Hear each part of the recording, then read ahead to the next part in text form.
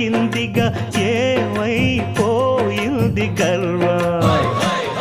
అరే శివుని శిరసు సింహాసనం పొందిన చంద్రుని గౌరవజనం నిన్నే చేసింది వేళ కోళం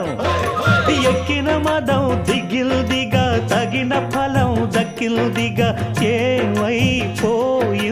గర్వం త్రిమూర్తులే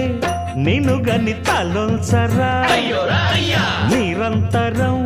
మహిమను కీర్తించరా నువ్వెంతనే అహం నువ్వే దండిల్చరా దండాలయ్యా ఉండ్రాళ్ళయ్యా